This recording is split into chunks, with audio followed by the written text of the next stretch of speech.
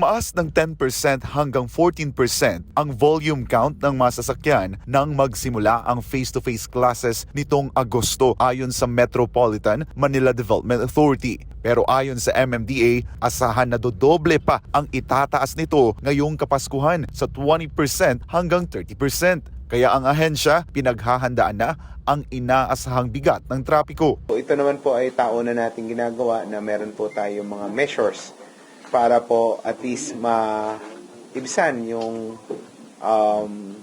traffic, mabawasan po ang sasakyan sa ating mga lansangan at masiguro po na mamamanage natin well yung traffic para po hindi po maging parking lot ang ating mga lansangan.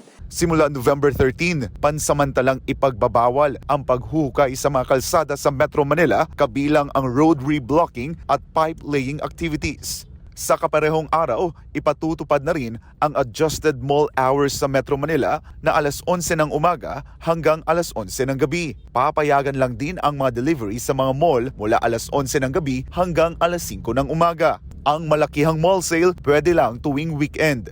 I-require po natin ang mga mall operators na mag-submit ng traffic management plan po nila para po kung meron silang mga sales or promotional events ay kailangan po 2 weeks before ng nasabing event ay mag-submit po sila ng traffic management plan.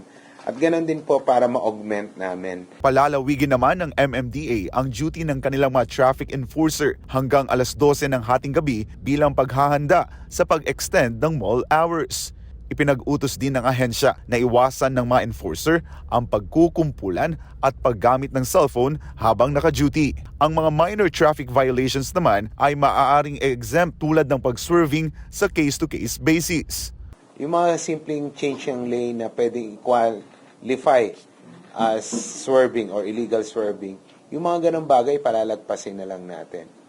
Kasi nga, kung paparahin mo siya, magdidiskusyon ng traffic enforcers, i-issue ng ticket, it will take some time and it will cause traffic din po. Samantala, ipatutupad naman ng MMDA ang kanilang Oplan Undas 2023 sa October 27 upang matiyak ang kaayusan na paggunita ng All Saints Day at All Souls Day. Nasa 1,448 traffic enforcers ang ipapakalat sa mga pangunahing lugar sa Metro Manila bilang paghahanda sa nalalapit na undas. Mahigpit namang ipatutupad ang No Day Off, No Absent policy sa mga MMDA enforcers.